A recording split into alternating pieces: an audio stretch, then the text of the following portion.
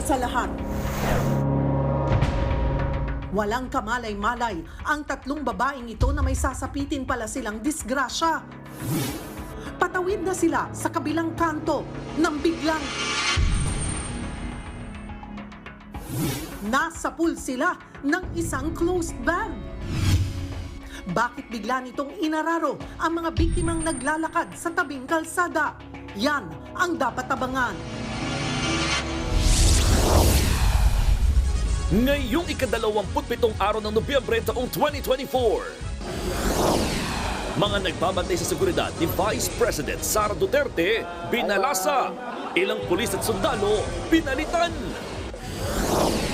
Na-disbar na abogadong si Larry Gadon, pinapadisbar si VP Sara. Napaka-immature. Kulang na kulang sa statesmanship. Mag-resign siya. Si Trillanes naman, maghahain na raw ng impeachment complaint. Kailangan matanggal ito sa pwesto. May topak eh. Pastor Apollo Kibuloy inilipat sa Pasig City Jail. Aktres at negosyanteng si Neri Naig hinuli sa kasong estafa. Sa pool sa video, simbahan sa Tondo hindi sinanto ng magnanakaw.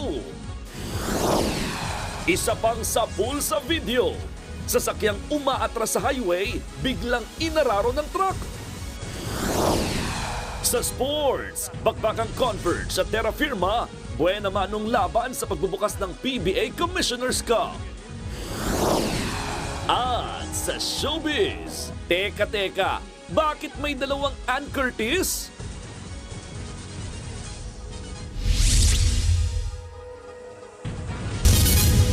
Inararo ng closed van ang tatlong magkakaibigan sa Quezon City. Dead on the spot ang isa sa kanila na direktang nagulungan. Depensa may-ari ng truck na walan umano ng preno at baguhan ang driver. Nasa frontline balitang yan si Gary De Leon. Naglalakad sa sidewalk ang tatlong babae nang masapul sa CCTV ng Barangay Damayang Lagi sa Quezon City. Patawid na sana sila sa kanto nang biglang nasagasaan sila ng isang closed van. Tila tinangka ng closed van na iwasan ng isang humintong kotse kaya lumihis sa direksyon ng mga biktima. Nagkagulo ang mga residenteng nakakita sa disgrasya habang ang driver at pahinante ay agad sumuko sa barangay. Dead on the spot ang 72 anyos na si Linda na naipit sa gulong ng closed van. Dinala naman sa ospital ang dalawang babaeng sina Ofel at Josepina na nagtamo ng mga sugat at bali sa katawan. Yung isa naman, si Ate Be, parang yung sa ribs naman niya. Pero si Ate Be is parang medyo stable naman siya. Si Ope lang nasa ICU.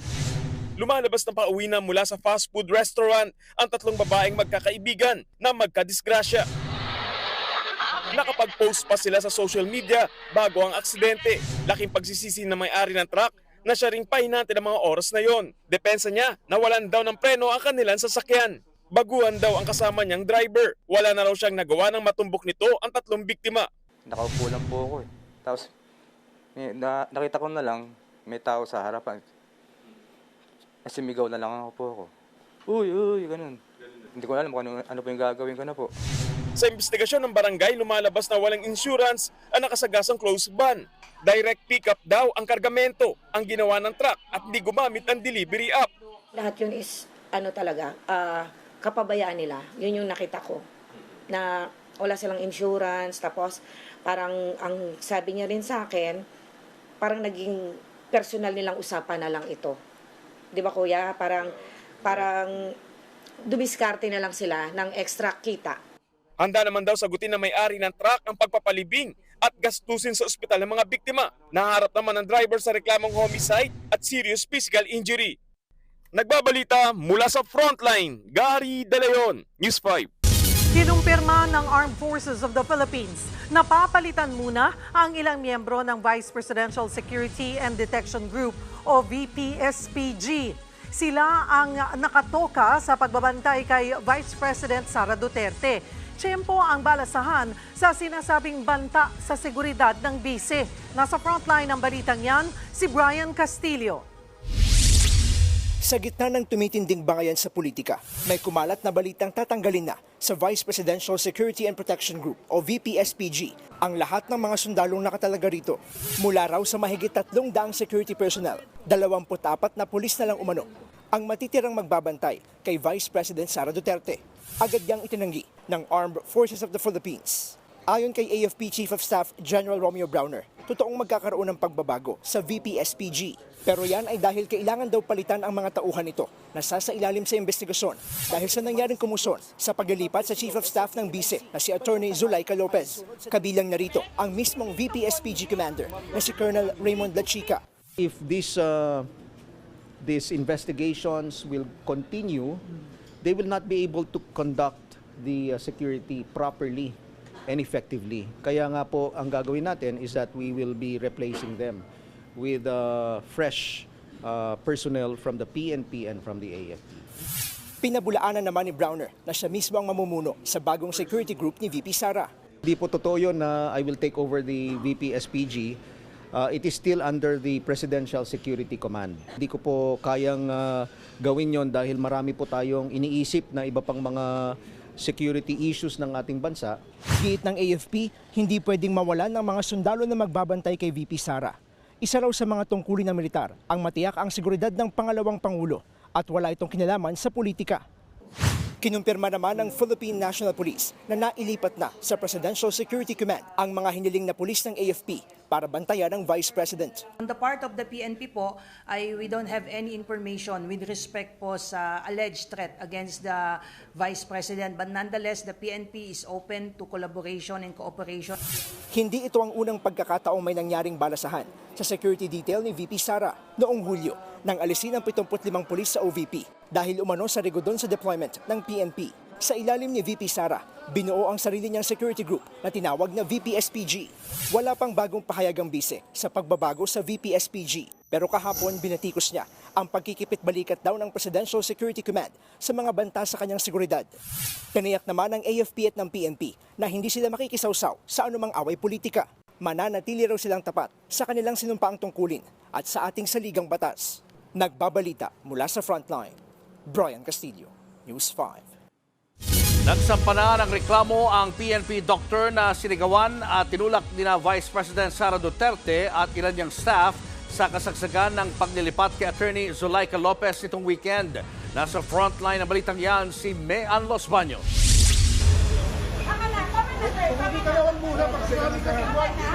Huwag ka na bumida! Huwag ka na bumida, sir! Please back up! Sa video na ipinresenta ng Philippine National Police kanina, kita kung paano itinulak at itinaboy ni na Vice President Sara Duterte at ng head ng security niya na si Colonel Raymond Lachica ang PNP doctor na inatasan dapat sumama sa paglilipat kay Attorney Zulaika Lopez sa Veterans Memorial Medical Center noong Sabado. Kanina, personal nang nagsampa ng reklamo ang doktor na si Police Lieutenant Colonel Van Jason Villamor sa Quezon City Hall of Justice dahil sa nangyari. Kasama ang ilang testigo, sinampahan nga ng reklamong direct assault, disobedience to authority at grave coercion si VP Sara, Colonel Lachica at ilan pang tauhan ng OVP. Paliwanag ng pulis, hindi rin niya inasahan ang inasal ng bise at kanyang staff. Maayos naman daw nila itong kinausap. Okay naman po ako. Hindi po namin inaasahan na magiging ganon ang kahihinatnan in the performance of our duties and then naging ganon pa. Ayon naman sa Quezon City Police District, patunay raw ang paghahain nila ng reklamo na wala silang sinisino. Nobody is above the law. Kung meron paglabag, ay ating kasampahan ng kaso. Sa ngayon, wala pang tugon ang kampo ng Vice Presidente sa isinampang reklamo ni Villamor. Habang ang PNP naman, kumpiyansang kakatigan ng korte ang inihaing reklamo laban kina VP Sara. The Vice President is an impeachable officer. She is not immune from suit. No, based on several jurisprudence, there are no express provision from the Constitution and from the statutes. Nagbabalita mula sa Frontline, Mean Los Baños, News 5. Panibagong disbarment case naman ang kinakaharap ngayon ni Vice President Sara Duterte sa Korte Suprema dahil pa rin yan sa pagbumura at pagbabanta ng bise laban kina Pangulong Bongbong Marcos. Nasa Frontline ng balitang yan si Camille Samonte. Mismong si Presidential Advisor for Poverty Alleviation, Secretary Larry Gadon, ang nagpetisyon sa Korte Suprema kanina para hilinging ipadisbar o tanggalan ng lisensya bilang abogado si Vice President Sara Duterte. Ninyong lahat, Martin Romualdez, Lisa Marcos, Bongbong Marcos.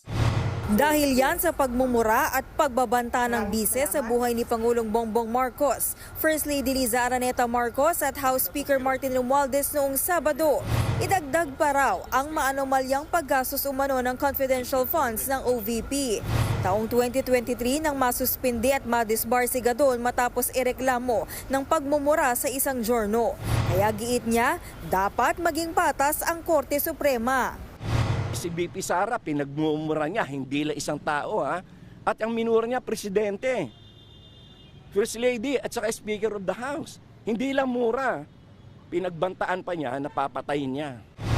Paglilinaw naman ni Gadon, personal na desisyon niya na ipadisbar si VP Sara. Pinagsabihan daw siya ng Pangulo na hindi na ito kailangan. Hamon pa ni Gadon sa bise. Napaka-immature, kulang na kulang sa statesmanship. At saka hindi siya nag-aaral. Basta na lang siya nagsasalita, mag-resign siya. Dahil sinisiguro ko, sigurado ako na sa next Congress, siya ay i-impeach. Ang Department of Justice naman, ipauubaya na raw sa Korte Suprema ang isyu. Lalo't may nakabinbin na ring disbarment case laban sa bise nang manuntok siya ng court sheriff noong mayor pa siya sa Davao City. Kamakailan naman, nakatanggap din ng anonymous letter ang SC para hilingin ang disbarment ni VP Sara. Dahil naman ito sa sinabi niyang gusto niyang ipahukay at itapon sa West Philippine Sea ang labi ni dating Pangulong Ferdinand Marcos Sr. Paliwanag naman ng Integrated Bar of the Philippines o IBP, dumaraan muna sa masusing investigasyon ang mga disbarment complaint na inihain laban sa abogado bago magkaroon ng pre-trial at maging ganap na kaso. Kailangan pa rin daw kasing tignan kung may sapat na batayan ang reklamo. Isa sa mga batayan ng disbarment complaint ay kung may nilabag sa Code of Professional Responsibility and Accountability ang isang abogado. Sinabi na po ng Korte Suprema na ang pagiging lawyer ay isang privilege, hindi karapatan. Ibig sabihin ng Korte Suprema dyan, maaari nilang bawiin ang pagiging lawyer kung sa tingin nila ang isang lawyer ay hindi na sumusunod sa code. Nagbabalita mula sa Frontline, Camille Samonte, News 5. Nailipat na sa Pasig City Jail si Pastor Apollo Kibuloy. Iti-transfer ang pastor mula sa Philippine Heart Center kung saan siya nagpagamot ng ilang araw. Live mula sa Pasig City Jail, nasa frontline ng balitang yan, si Brian Basa. Brian, kumusta na ang pastor? Cheryl, resilient and fighting daw ang pastor. Yan ang sabi ng kanyang abogadong si Israelito Torion. Kahit nung nasa ospital pa nga lang daw si Kibuloy, inasahan na nilang mapupunta siya sa kulungan lalo't hindi raw pabor sa kanila ang political atmosphere. Pasado alas 5 ng hapon nang maipasok ang Kingdom of Jesus Christ founder sa Pasig City Jail. Qualified human trafficking ang kinahaharap niyang kaso sa korte sa Pasig. Sakay si Kibuloy ng isang puting van, nakatakip ang halos buong muka ng pastor at nakasuot pa ng hard hat. Si Attorney Torion ang sumalubong kay Kibuloy rito. Inilipat si Kibuloy mula sa Philippine Heart Center. Doon siya nagpagamot matapos makaranas ng irregular na tibok ng puso at impeksyon sa dental implant.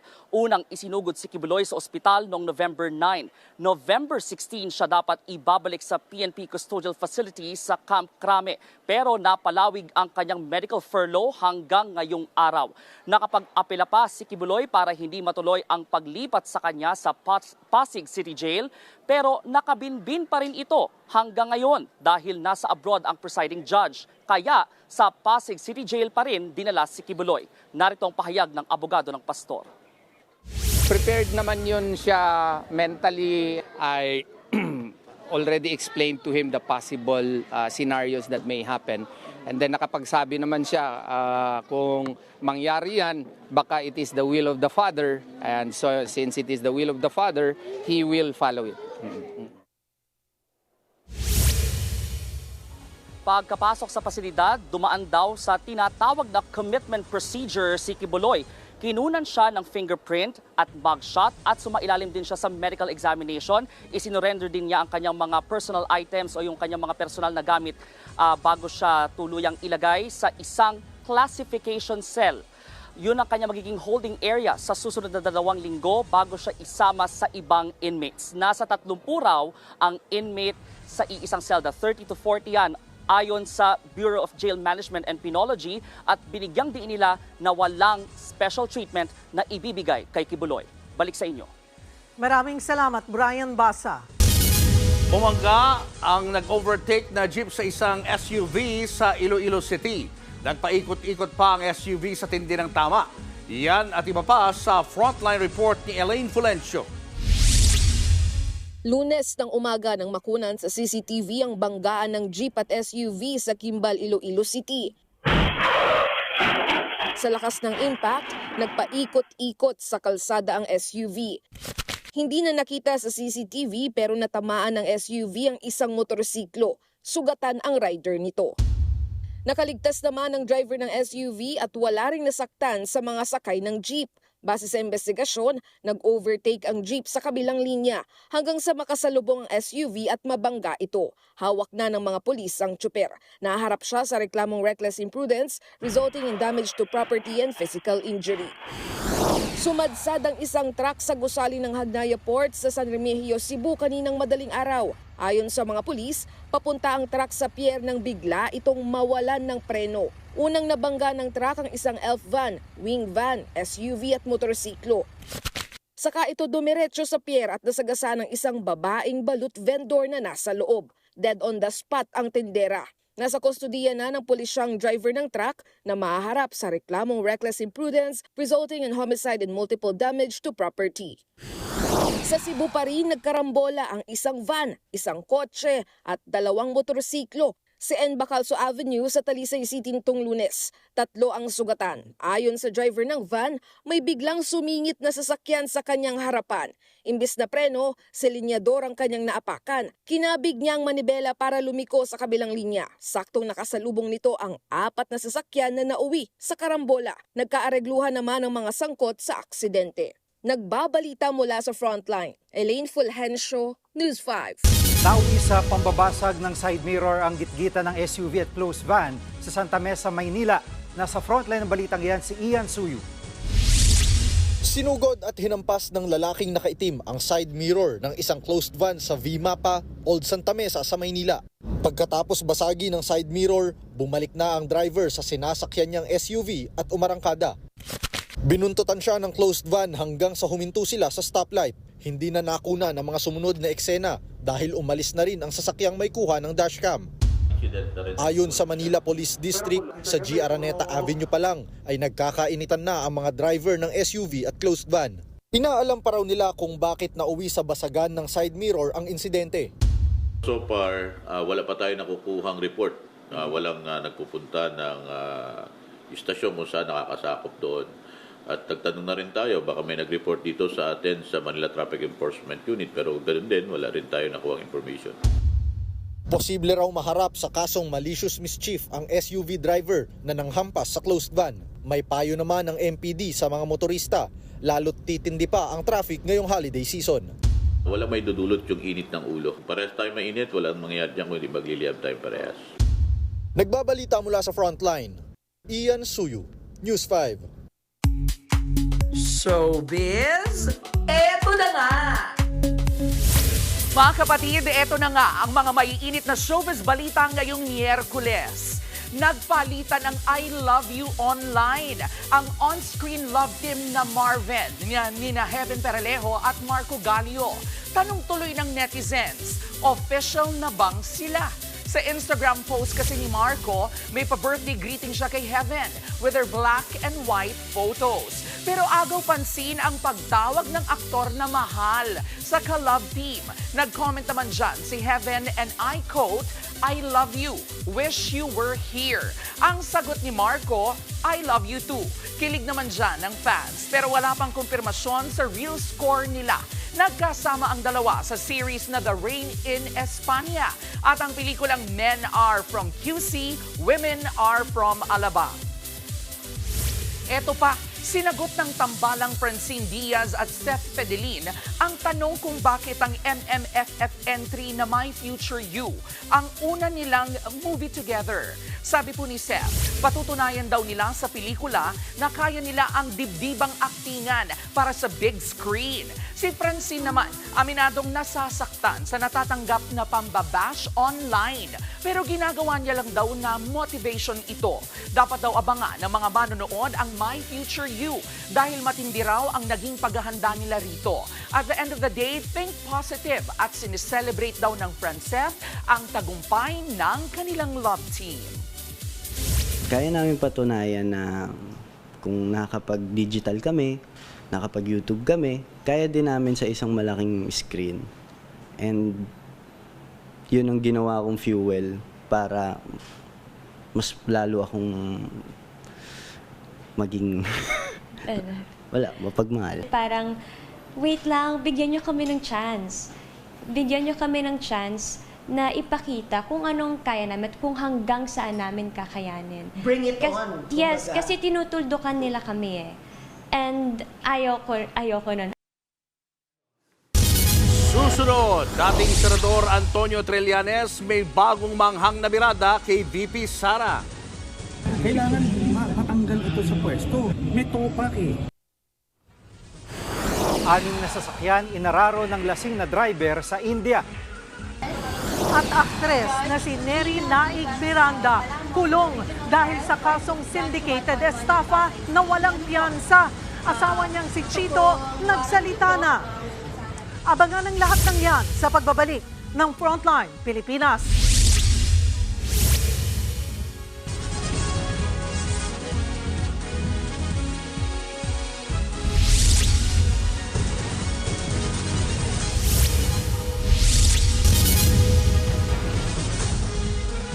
Mga kapatid, Julius Babaw po, nasa Middle East o saan mang dako ka ng mundo, manatiling may alam at may pakialam sa mga mainit na balita dito sa ating bansa. Simulan po natin ang bawat araw sa tuloy-tuloy na balitaan sa Frontline. Mag-follow at mag-subscribe sa social media pages ng News 5. Arestado ang aktres at negosyanteng si Neri Naig Miranda para sa kasong estafa na walang piyansa. Dumipensa naman sa kanya ang kanyang mister na si Chito Miranda. Nasa frontline na balitang yan si Gary De Leon. Ginasa ng Miranda rights ang aktres na si Neri Naig Miranda nang arestuin ng Pasay Police sa isang mall noong Sabado. Naaharap siya sa 14 counts ng paglabag sa Securities Regulation Code. Bukod pa yan sa isinampang kasong estafa at syndicated estafa laban sa kanya. Dahil dyan, top 7 most wanted persons sa station level si Neri. Merong isang company kung saan ini-endorse nitong ating arrested at doon po nag-invest sa company yung ating complainants. 2 investor daw ng kumpanya na ini-endorse ni Neri ang nagreklamo laban sa aktres. Nag-invest daw sila ng 1.5 million pesos. Pero hindi raw malinaw kung mismo si Neri ang nanghikayat sa mga nagreklamo para mag-invest sa kumpanya. Mula sa pagiging artista at asawa ni parokya ni Edgar lead singer Chito Miranda, kilala rin si Neri sa social media bilang wais na misis dahil sa pagbabahagi ng diskarte tips online. May mga negosyo rin siyang tulad ng restaurant, salon, resort at pagbebenta ng gourmet tuyo. Sinisikap pa ng News 5 na kunin ng panig ng aktres. Pero sa isang Facebook post, dumepensa naman ang asawa niyang si Chito. Hindi raw kailanman nanloko o nanguha ng pera si Neri. Nagdadasal na lang daw siya na maayos ito. Endorser lang daw ang aktres at ginamit ang mukha niya para makahikayat ng investors. Hindi nga rin daw siya nakatanggap ng sabina o kahit anong notice kaugnay ng mga kaso. Nakapagpiyansa na raw si Neri para sa paglabag sa Securities Regulation Code. Pero kulong pa rin siya dahil walang piyansa ang kinakaharap niyang kasong syndicated estafa. Kasalukuyan siyang nasa kustudiya ng BJMP, Pasay City Jail. Nagbabalita mula sa Frontline, Gary De Leon, News 5. Itinanggi ni Senator Grace Poe na nakaapekto ang mga aksyon ni VP Sara kaya hindi na dinagdagan pa ng Senado ang kanyang budget sa susunod na taon. Pag-uusapan pa naman daw ang pondo sa BICAM matapos itong lumusot sa Senado. Nasa Frontline na balitang yan si Mean Los Baños. Sa botong 18 pabor, walang tutol at isang nag-abstain, lumusot sa Senado ang 6.352 trillion pesos na panukalang pambansang pondo para sa 2025. Hindi ibinalik ng Senado ang natapyas na mahigit 1 bilyong piso sa budget ng Office of the Vice President. Nanatili sa 733 million pesos ang inendorsong pondo. Unang tinapyasan ng OVP budget sa Kamara mula sa orihinal na 2.03 billion pesos. Ayon kay Senate Finance Committee Chairman Grace Poe, hindi naman humiling ang OVP na dagdagan pa ang kanilang pondo. Sa aming nakikita, capacitated pa rin ang OVP kasi dun sa kabuuan nilang budget, 600 million doon, pwede nilang gamitin for social programs. Tandaan natin na hindi naman nakatali lamang sa budget ang pagiging epektibo sa iyong pamamalakad. Nasa pagtutulungan rin yan sa ibang ahensya ng gobyerno. Paglilinaw pa ni Po, walang kinalaman ang mga matapang na aksyon at pahayag ng Vice Presidente sa hindi nila pagdagdag sa kanyang budget. Kung ayaw mo yung namumuno ng isang ahensya, ikakat mo lahat. It's not for us to change the leadership of let's say an underperforming or maybe a head of an agency. Sa executive yun eh. Pag binabaan pa natin, medyo mahirapan na. Si Senador Bongo, umaasa pang maibabalik ang ilang tinapyas na pondo kay VP Sara. Hintayin na lang po natin sa Maikan ano pong magiging resulta. At ako naman gusto kong makapagtrabaho ang Vice Presidente. Iyan naman rin ang gusto niyang gawin, to work at peace. Pero si Senator Bato de la Rosa tila surrender na at tanggap na di na madadagdagan pa ang OVP budget. To dream an impossible dream. Bakit? To fight an unbeatable foe.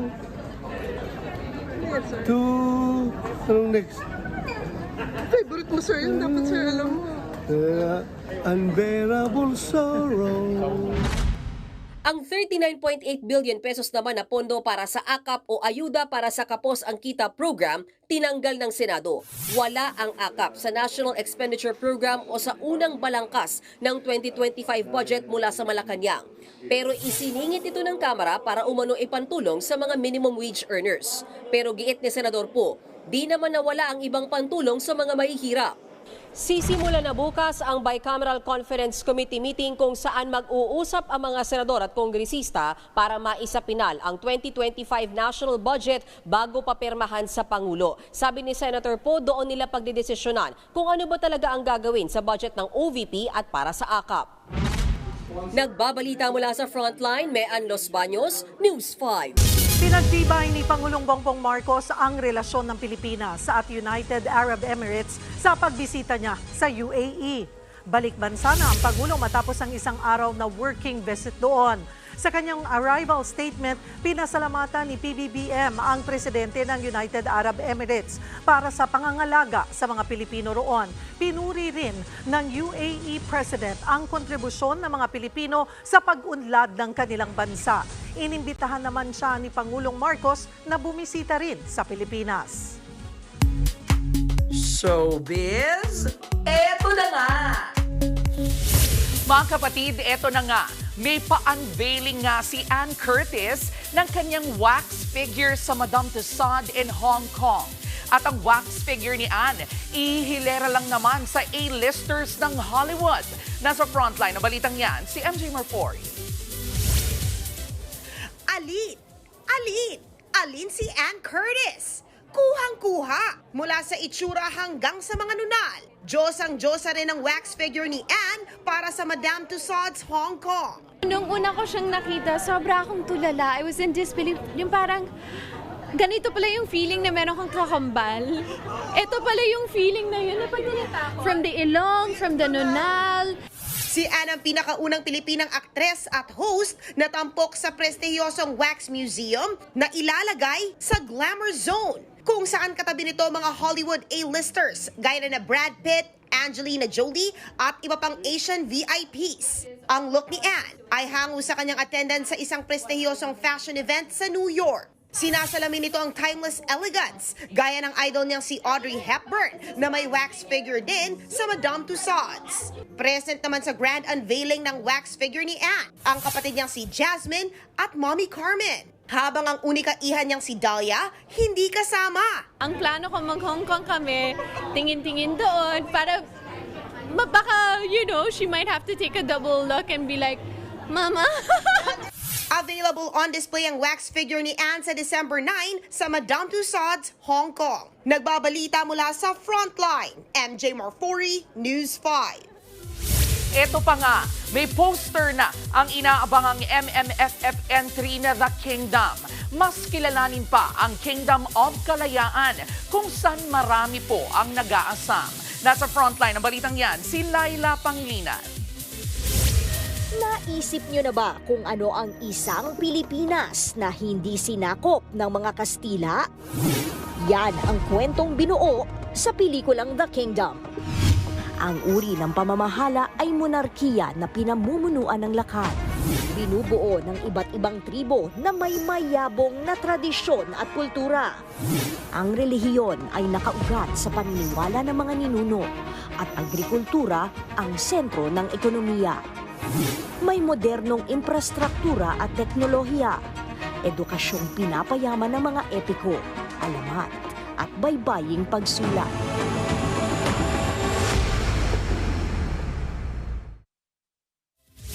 Mga kapatid, abangan po natin ang The Kingdom. Official entry ng MQuest Ventures, APT Entertainment at MZTV Productions sa 2024 Metro Manila Film Festival. Susunod, pagnanakaw ng isang babae sa loob ng simbahan sa pool sa CCTV. At isa pang sa pool sa video, 6 na sasakyan inararo ng lasing na driver. Yan at iba pa sa pagbabalik ng Frontline Pilipinas.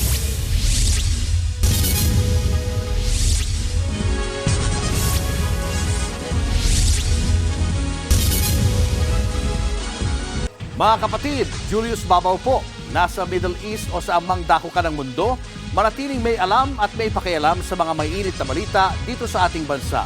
Simulan po natin ang bawat araw sa tuloy-tuloy na balitaan sa Frontline. Mag-follow at mag-subscribe sa social media pages ng News 5.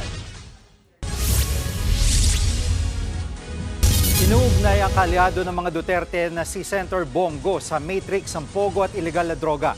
Inilabas siya ng PIDEA sa pagdinig ng House Quad Committee. Nasa frontline ng balitang yan si Marian Enriquez.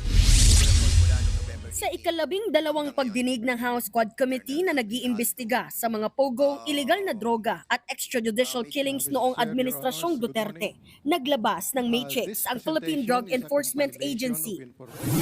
Sa matrix, makikita kung paanong iniuugnay ang 560 kilo o katumbas ng 3.6 billion pesos na halaga ng ilegal na droga na nakumpiska sa isang warehouse sa Mexico, Pampanga. Ang warehouse, pag-aari ng Empire 999 ni Willie Ong at ADT Yang. May koneksyon ng dalawa sa umano'y Chinese drug lord na si Alan Lim o Lin Weishong. Si Lim naman konektado raw kay Senador Bongo na malapit din kay dating Pangulong Rodrigo Duterte. Sinabi nyo kanina, si Alan Lim ay involved sa illegal drugs. So, ang ibig bang sabihin, involved din si Senator Bongo sa drugs since kinonect nyo po siya? They are just close friends. It is not specific that they are involved in drugs. Close friends. So, alam po ni Bongo ang mga trabaho po ni Alan Lim. That could be answered by Senator Bongo, ma'am. Not us yet. Dito na pinagsabihan ni Castro ang PIDEA. Sorry po, Asek Duban. Wag po kayong gagawa ng ganyang matrix na incriminating at kinokonek-connect nyo tapos ang title nyo ay illegal and pogo drugs connection. Sorry, Mr. Sir, maybe the title is wrong. Itinanggi naman ni Senator Bongo ang mga akusasyon. Napaka-responsable naman po ng PIDEA sa kanilang ihahayag sa mga hearings. Hindi po kami close friends ni Alan Lim at mas lalong hindi po ako involved sa illegal drugs. Si dating Senador Antonio Trillanes na dumalo rin sa pagdinig, sinabing may ilalabas din siyang matrix. Papakilala ko yung buong sindikato ng Duterte Drug Syndicate. Giit ni Trillanes inciting to sedition ng mga pahayag ni dating Pangulong Rodrigo Duterte nang manawagan ito sa militar na lutasin ang aniyay fractured governance sa ilalim ng Administrasyong Marcos. Dapat daw managot ang dating Pangulo. Babala pa ng dating senador, kailangang maging mapagmatsyag. May plano rin si Trillanes na maghain ng impeachment complaint laban kay VP Sara. Kailangan matanggal ito sa pwesto. Nakita nyo ba? Sabi ko may topak eh. Sinagot din ni Trillanes ang banat ni Digong na attack dog siya ng administrasyon. Kung pangahawakan mo yung sasabihin niya, talagang dadaling ka niyan sa impyerno or talagang cult follower ka to actually believe him. Nagbabalita mula sa Frontline, Marian Enriquez, News 5.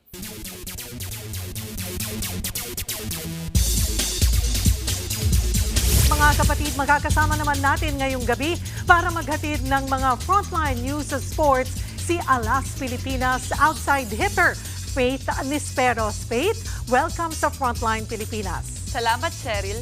Nagbabalik na ang basketball action sa PBA sa pagbubukas ng Commissioner's Cup. Bueno manong nagharap ang dalawang team na may mga bagong players sa kanilang squad. Live mula sa Field Sports Arena na sa frontline ng balitang yan si Ian Suyo. Ian?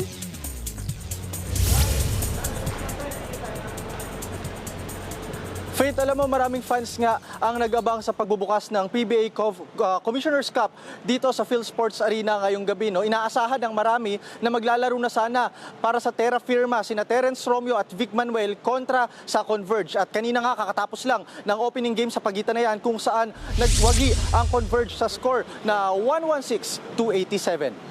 Matatandaan noong Lunes ay ginulat ng dalawang koponan yan ay sa pagitan ng Terra Firma at ng SMB ang liga nang i-trade nila ang kanilang best guard or isa sa mga premyadong guard na si Terence Romeo.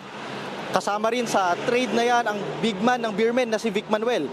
Kapalit naman nila ang dating Terra Firma guard at bagong Beermen ngayon na si Wami Chongson at Andres Cahilig. Halos 5 taon rin na natili si Romeo sa SMB franchise habang 2021 naman nang sumali si Manuel sa koponan. Yun nga lang, hindi nakapaglaro si Romeo ngayon.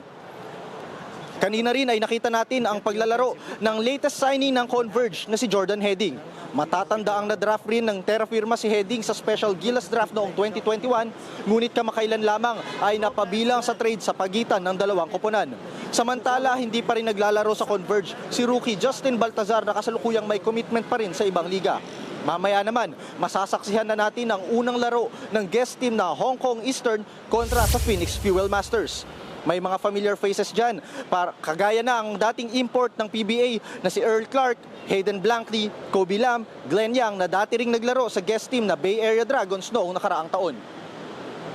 Bukod nga sa mga bagong mukha na magbabalik dito sa liga, ay inaasahan din natin ang isa pang malaking signing na darating si Troy Rosario na bagong pirma lamang sa Barangay Ginebra.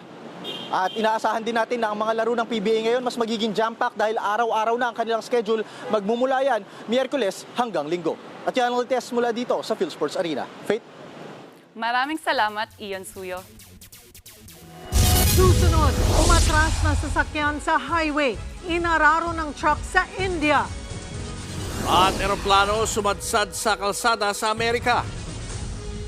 Tutok lang mga kapatid, magbabalik pa ang Frontline Pilipinas.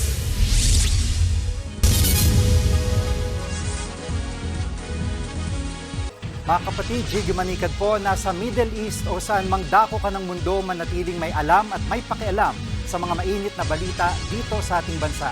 Simulan natin ang bawat araw sa tuloy-tuloy na balitaan sa Frontline. Mag-follow at mag-subscribe sa social media pages ng News 5. Sa pool sa CCTV ang pagnanakaw ng isang babae sa loob mismo ng simbahan sa Tondo, Maynila. Tinangay niya ang bag ng isang usherette na may lamang pera. Nasa frontline ng balitang yan si Ian Suyo. Sa kuha ng CCTV na yan sa loob ng Santo Niño Church sa Tondo, Maynila, makikitang tumayo at umalis palayo ang isang babaeng usherette ng simbahan na nakaupo sa usher room. Maya-maya, isang babae ang pumasok sa kwarto, akmang may hinawakan itong gamit. Pero naglakad-lakad pa ang babae na tila may sinisipat kung may ibang tao sa kwarto. Ilang saglit lang, kinuha na niya ang itim na bag saka dire-diretsong lumabas ng kwarto. Ang bag na yan, pagmamayari ng isang babaeng usherette. May laman daw itong 5,000 piso. Sa isa pang CCTV footage, makikita rin ang pag-alis ng suspect sa simbahan na agad sumakay ng jeep. Ang suspect natin ay nagdadasal muna at nag-attend po siya ng misa. Ngayon, noong panahon na nagkakaroon po ng mass collection po ng simbahan, pumasok siya sa usher room. Doon, nakatiming siya na makakuha ng bag. Agad namang naaresto ang 56 anyos na suspect na ilang beses na ring nasangkot sa pagnanakaw. Ayon sa mga otoridad, madalas magsimba roon ng suspect. Yun nga lang, hindi na na-recover sa kanya ang bag at pera. Kwento ng suspect na ipang grocery na niya ang ninakaw na pera. Lord, pasensya na kayo kung nakagawa akong kasalanan. Hindi ko din pong gustong gawin ko sa simbahan. Tapos sinabi ko, hindi na po talaga. Nasa kustodiya na ng MPD Station 2 ang suspect na mahaharap sa reklamong theft. Nagbabalita mula sa frontline, Ian Suyu, News 5. Abangan, live tayong makikisaya sa malamig na Pasko sa Baguio. Marami pa kayong mga balitang dapat malaman sa pagbabalik ng Frontline Pilipinas.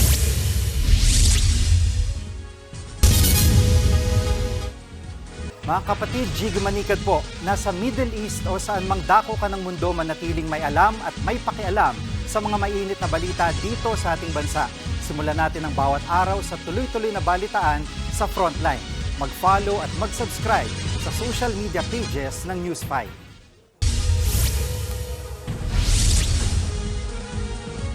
Kabi-kabila na ang mga pailaw at dekorasyon, patunay na Christmas is just around the corner. Kahit nga ang iconic na Baguio Mansion House, hindi nagpahuli sa maningning na tradisyong ito nating mga Pilipino. Tara't makisaya sa maagang Pasko sa City of Pines. Live mula sa Baguio City, nasa Frontline balitang yan si Kari Cator. Kari.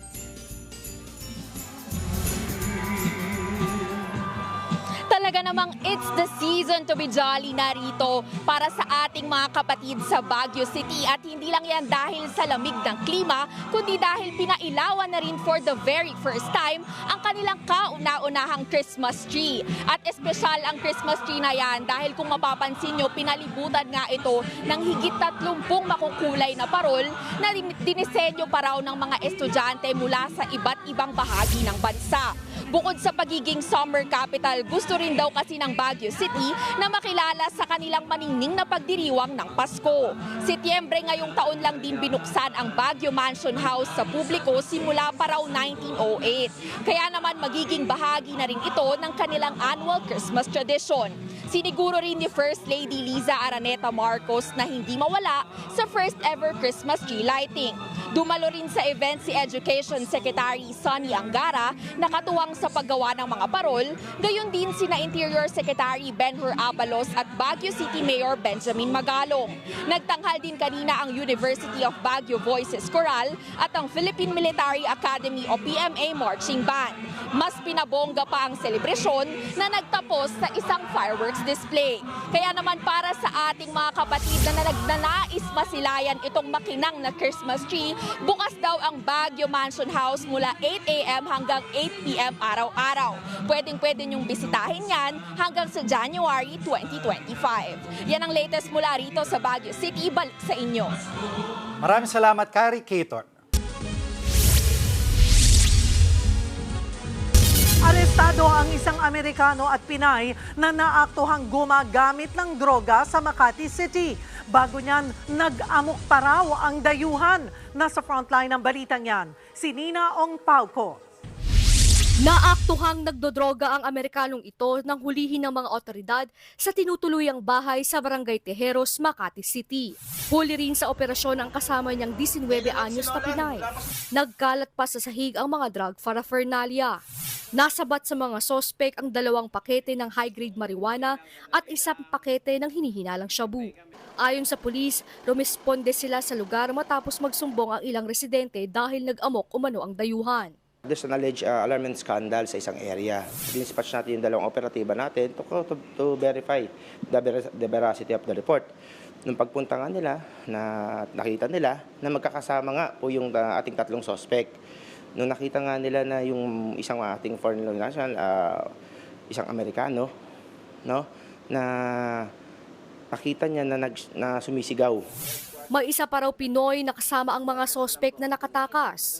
Pag-amin naman ng Pinay, Gumagamit lang po ako ng marijuana, pero hindi po ako nagbibenta ng droga po. tumanggi namang magsalita ang Amerikano. Napag-alaman na 3 taon na siyang naninirahan sa Pilipinas. Nakulong na rin ito sa ibang bansa dahil din sa illegal na droga. Nakaharap ang mga sospek sa reklamong paglabag sa Comprehensive Dangerous Drugs Act of 2002. Nagbabalita mula sa Frontline, Nina Ongpauco, News 5. Sari-saring branded na bags, sapatos, pabango, mga supplement at gamot pati mga laruan. Ito ang tumambad sa mga tauhan ng Bureau of Customs sa warehouse ng 2 mall sa Binondo, Maynila. Lahat ng yan, hinihinalang peke. Lumabas kasi sa report ng EU Watch List at US Trade Representative na may nagbebenta umano ng fake items sa lugar.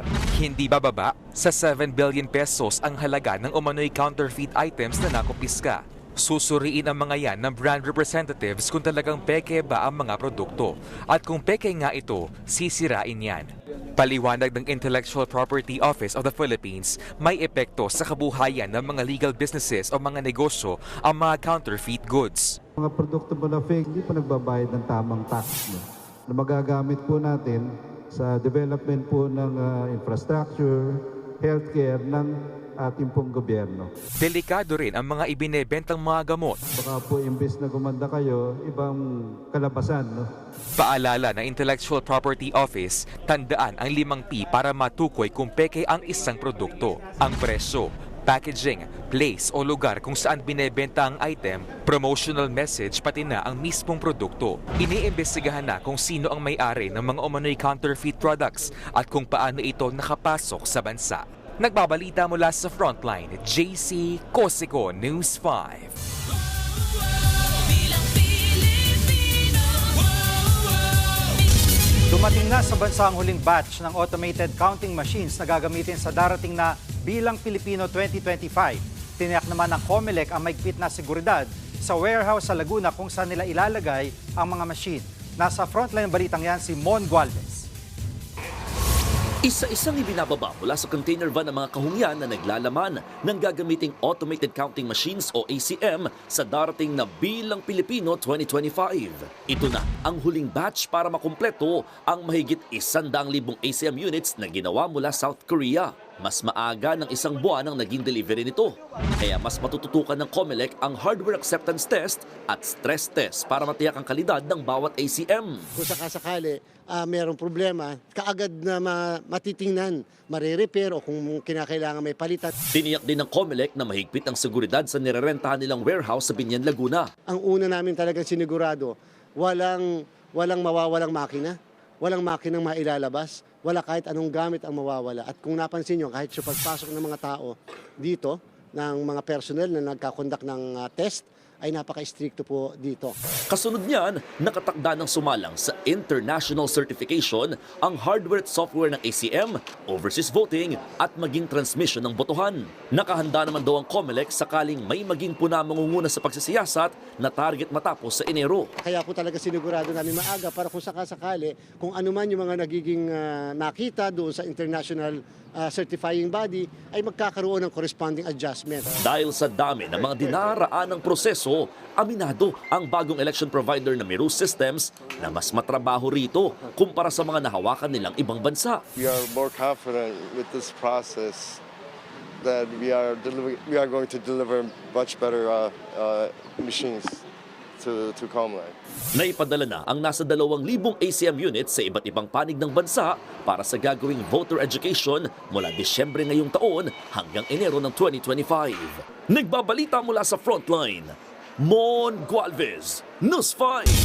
Binatikos ni Vice President Sara Duterte ang sabina ng NBI kaugnay sa banta niya sa buhay ni na Pangulong Bongbong Marcos at iba pa. Sa isang press conference, muling itinanggi ng Vice Presidente na pinagbantaan niya ang buhay ng Pangulo.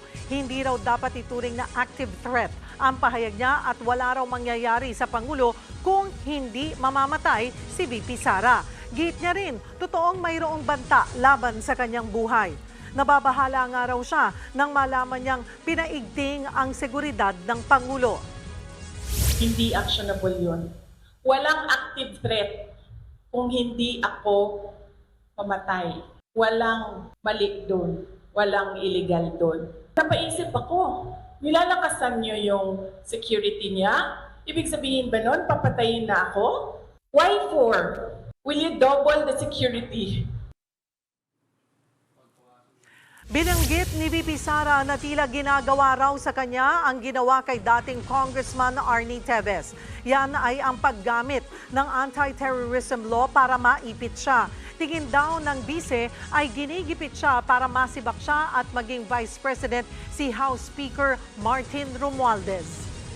They have a playbook on what you do to a person na kakasuhan mo ng anti-terrorism law. Gusto nila mag-cancel ng passport.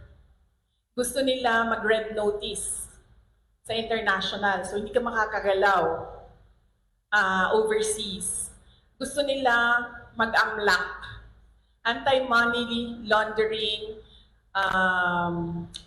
violations. So ibig sabihin nun, i-freeze nila yung pera mo at yung properties mo.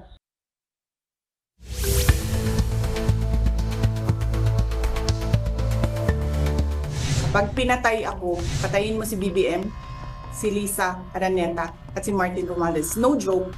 Giit ni VP Sara Duterte, hindi tunay na banta ang kanyang binitawan sa nakaraang mga araw. Ang utos daw niya ay isang conditional act of revenge o paghihiganti lamang. Taken out of context daw ang lahat ng kanyang sinabi na sa isang banda ay totoo naman. Ang sabi kasi ng bise, nag-utos siya na patayin ang Pangulo, First Lady at Speaker kung sakali lamang na may pumatay sa kanya. Pero tignan po natin kung ano ang sinasabi ng batas sa mga kasong grave threats at sedition. Bakit grave threats and sedition? Dahil ayon sa DOJ, ito ang mga kasong maaring kaharapin ng Vice President kung sakali lamang. Sa Section 139 ng Revised Penal Code, ito po ang sedisyon, ang paggamit ng puwersa o pananakot para pigilan ang pagpapatupad ng batas o eleksyon o ang trabaho ng mga LGU. Pero ito pa, kasama sa definisyon ng sedisyon ang inflicting any act of hate or revenge on a public officer or employee. Kaya't kahit po ito ay paghihiganti lamang, maring pasok po sa sedisyon. Ang parusa po riyan hanggang 12 years na pagkakabilanggo at 2 milyong pisong penalty. Sa Article 142 naman, ang inciting to sedition. Ito po ang pag-uudyok sa ibang tao na gumawa ng sedisyon. Kasama rin yan ang disturbing the peace of the community at ang kaligtasan at kapayapaan ng pamahalaan. Sa Article 282 naman ng Revised Penal Code, ang kasong grave threats. Ito po ang pagbabanta sa ibang tao ng serious harm or injury o kaya ay pagpatay. Ang punto ng krimen na ito ay ang pagkahasik ng takot sa ibang tao. Ito ang dahilan kung bakit kahit hindi mo ituloy ang banta, ito pa rin ay tinuturing na krimen. Malinaw po sa Revised Penal Code na ito ay paglabag ng batas kahit hindi po ituloy ang banta. Ang parusa po riyan, kulong ng hanggang 12 taon din.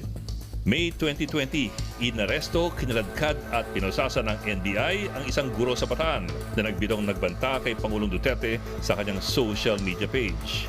Parehong buwan, inaresto naman ng mga pulis sa Butuan City ang isang salesman dahil lamang tinawag niyang baliw si Pangulong Duterte.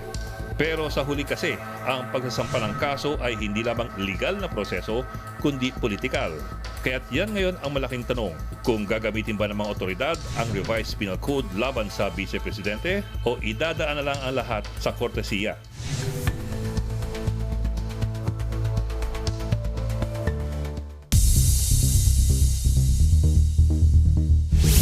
Sa pulsa video, ang pagsalpok ng humaharurot na cargo truck sa umaatras na multi-purpose vehicle sa India.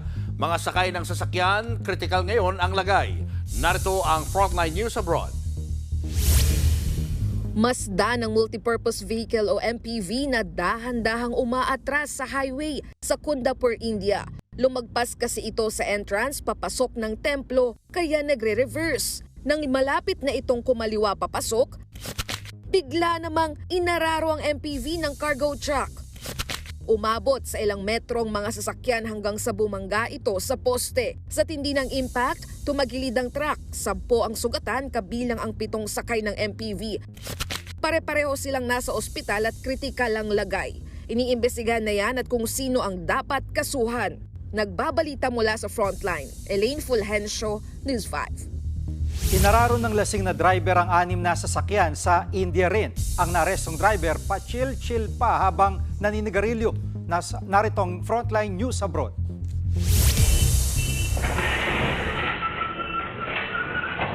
Umaga na mabulabog ang mga motorista nang biglang salpukin at araruhin ng itim na kotse, ang puting SUV sa Ahmedabad sa India. Sumampa pa sa center island ng SUV.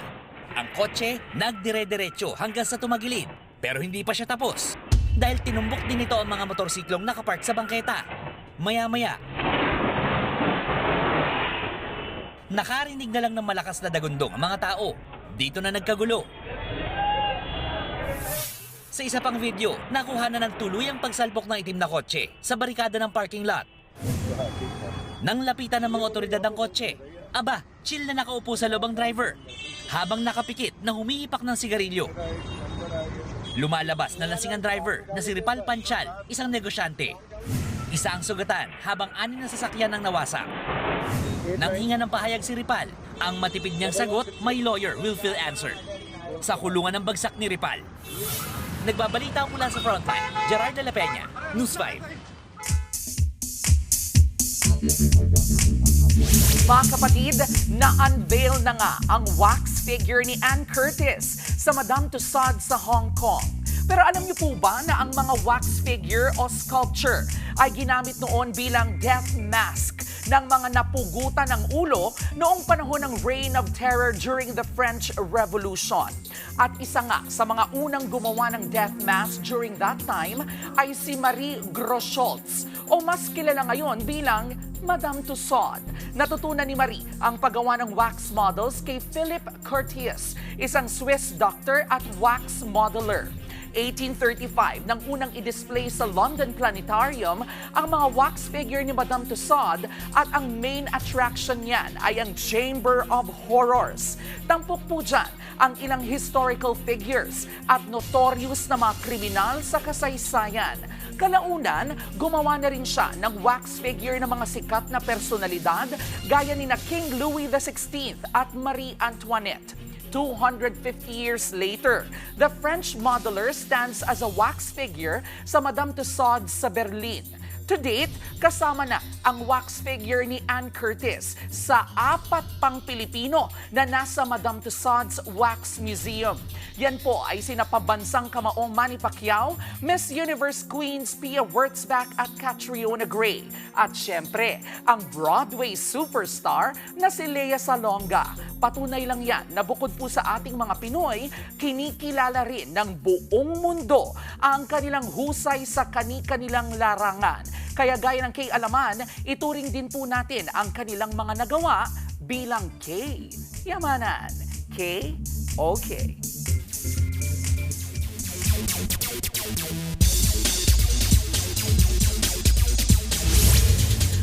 Ready na raw ang iba't ibang cheer dancing teams na sasabak sa parating na UAAP Season 87 Cheer Dance Competition sa Mall of Asia Arena this Sunday.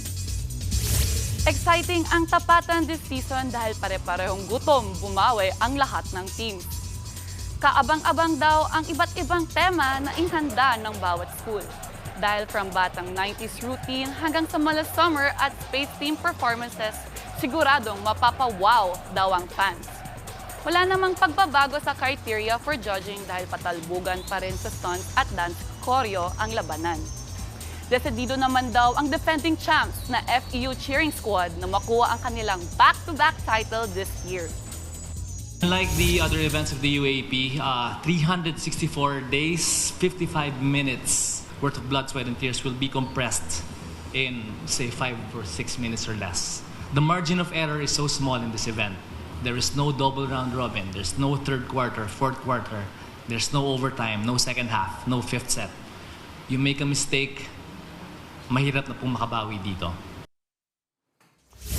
Balik sa kanilang winning ways ang Cherry Tigo crossovers matapos patuubin ang next leg Chameleons. Mahigpit pa ang laban noong first set at nakalamang pa ang Chameleons sa 1 punto. Pero mabilis na bumawi ang crossovers. Nagtuloy-tuloy na ang momentum ng Cherry Tigo hanggang sa masweep ang kanilang kalaban. Pinangunahan ni Cez Robles ang opens ng koponan matapos magtala ng 15 puntos.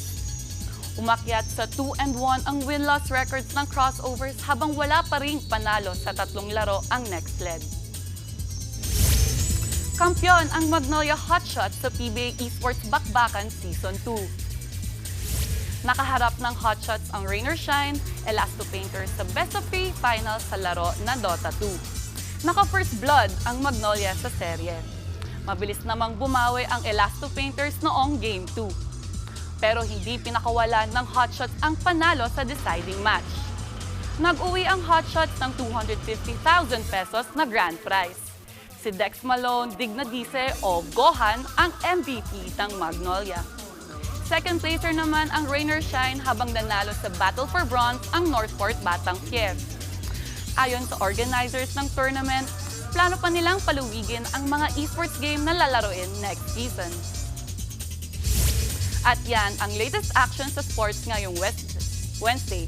Thanks for joining us mga kapatid. Ako po si Faith Nisperos.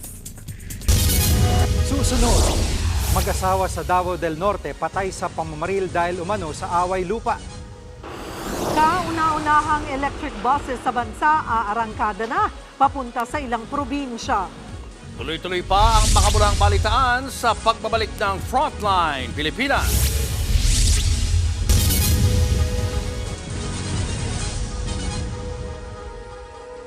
Mga kapatid, Cheryl Cosim po.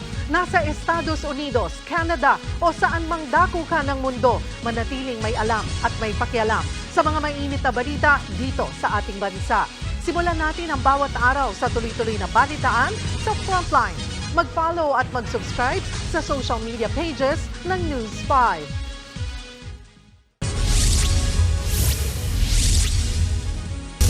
Nakatanggap daw ng ulat ng PNP na hinakot at binayaran umano ang mga taga-suporta ng pamilya Duterte na nagtipon-tipon sa EDSA Shrine. Pinakita ni PNP spokesperson Jean Fajardo ang ilang video pagdala sa kanila sa EDSA Shrine. Pinangakuan naman silang babayaran ng 500 pesos at papakainin kapalit ng pananatili nila roon ng 3 araw. Pero may ilang nagreklamo dahil 200 piso lang ang binayad sa kanila. Bine-verify pa raw ng PNP ang kumakalat ng mga video. Allegedly, were transported from their barangays papunta po doon sa lugar. We don't want to prejudge po yung mga kababayan po natin dito na napangakuan at na nagamit po for their own vested interest po. Nanawagan naman si Manila Archbishop Jose Cardinal Advincula na ipagdasal sana ng publiko ang mga lider ng bansa na sangkot ngayon sa away politika. Ayon sa Cardinal, dasal niya na mas maging mahinahon ang mga politiko para maiwasan ang pagkakawatak-watak dahil lang sa politika at personal na interest ng ilan. Hindi raw nakakatulong ang away politika dahil nakakalimutan ng mga lider na paglingkuran ang talagang mga nangangailangan. Panawagan niya sa mga lider ng iba't ibang sektor, tumulong na rin sana para pahupain na ang anumang hindi pagkakaunawaan. Naglabas ang pahayag si Cardinal Advincula kasunod ng tumitinding bangayan ni na Pangulong Bongbong Marcos at Vice President Sara Duterte. Target ng Department of Transportation na gawing dekuryente na ang mga pampublikong sasakyan sa bansa. Ang tanong, mapapababa nga ba niyan ang pamasahe? Nasa frontline ng balitang yan, si Gerard de la Peña. Sa unang tingin, akalain mong pare-pareho lang ang mga bus na yan. Pero dalawa dyan, hindi ginagamitan ng diesel, kundi ng kuryente. Yan ang 2 electric bus units ng Victory Liner. Dahil electric, hindi ito nagbubuga ng uso, kaya eco-friendly din. The whole world is doing it. Siyempre ikaw, pride mo rin to be a Filipino na hindi kami pahuhuli. We're buying electric, di ba? Ganon, we're going to try it. Maikukumpara sa isang sasakyan na automatic transmission ang pagpapatakbo ng isang electric bus. Digital ang dashboard nito. Mayroon din itong CCTV sa loob. Ang 3 oras sa charging, pwedeng tumakbo ng 350 kilometers. Katumbas yan ng 2 round trip mula Quezon City hanggang Pampanga. Kaya ito ang kauna-unahang electric bus sa bansa na kayang bumiyahe hanggang probinsya. Sa ngayon ay nakasalang pa sa road test ang mga electric bus na ito. Pero sa unang linggo ng Disyembre ay magagamit na rin ito ng mga pasahero. At ang buena mano rito, ang mga sumasakay sa biyaheng Cubao-San Fernando. Ang isang electric bus, nagkakahalaga ng 10 milyong piso. Mas mahal siyempre kumpara sa 6 hanggang 7 milyong pisong halaga ng isang bus na pinapatakbo ng diesel. Pero makakatipid naman daw ng 80% sa maintenance cost dahil hindi ito kailangan palitan ng langis. Yun nga lang, tanging sa bus station lang ng Victory Liner sa Cubao at San Fernando pa lang may charging station. Kaya ang inaasam na mas mababang pasahe, So with the reduced cost, tingnan natin. But magkano naman yung i-increase ng electric bill namin? Tingnan din natin. Kasi baka naman doon naman pumalo. sa ngayon 141 pesos ang pasahe sa e-bus sa nasabing ruta. Pareho lang sa regular fare ng mga bus na de gasolina. Target ngayon ng Department of Transportation na gawing dekuryente na ang 5% ng kabuuang bilang ng mga pampublikong sasakyan sa bansa. Once the 5% comes in and we will see positive or negative, then we adjust or we improve things that are needed, then we go further to reach 50% and then eventually a bigger percentage. But Pag-iisipan din ng DOTR ang pagbibigay ng insentibo sa mga kumpanyang bibili ng electric vehicles na pwedeng maging daan para mapababa ang pasahe. Nagbabalita mula sa Frontline, Gerard de la Peña, News 5. Showbiz, eto na nga! Mga kapatid, eto na nga, gearing up for a new project. Ang actor-singer na si James Reid. Sa Instagram post ng Dreamscape Entertainment, kasama ng mga executive si James. May caption pa yan na, something to look forward this 2025. Wala pa pong ibang detalye kung anong klaseng proyekto ito. Pero sakaling pelikula yan o teleserye, yan ang pagbabalik ng aktor sa acting. At yan nga po ang ating K-Alaman at Showbiz Updates ngayong Miyerkules. See you tomorrow mga kapatid. Ako po si Jervy Wrightson.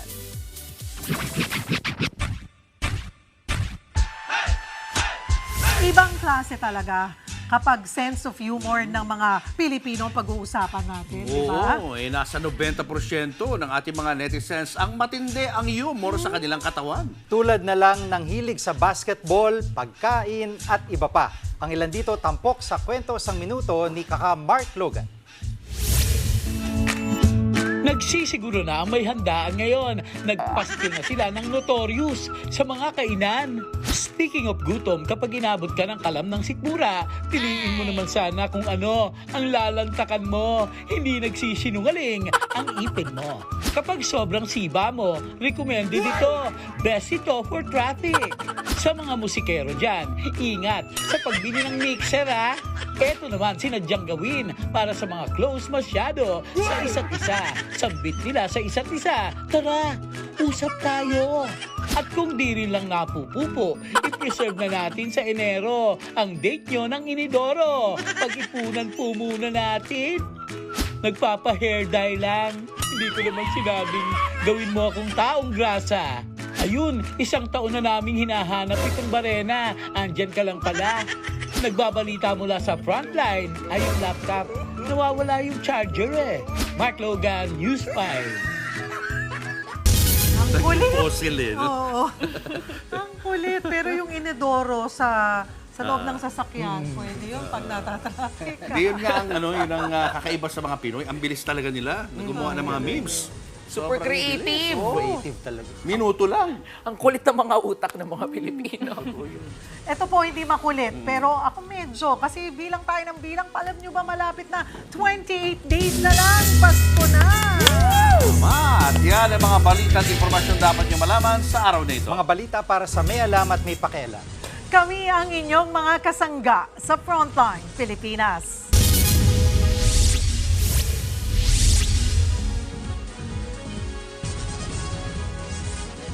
Mga kapatid, Cheryl Cosing po. Nasa Estados Unidos, Canada o saan man dako ka ng mundo, manatiling may alam at may pakialam sa mga maiinit na balita dito sa ating bansa.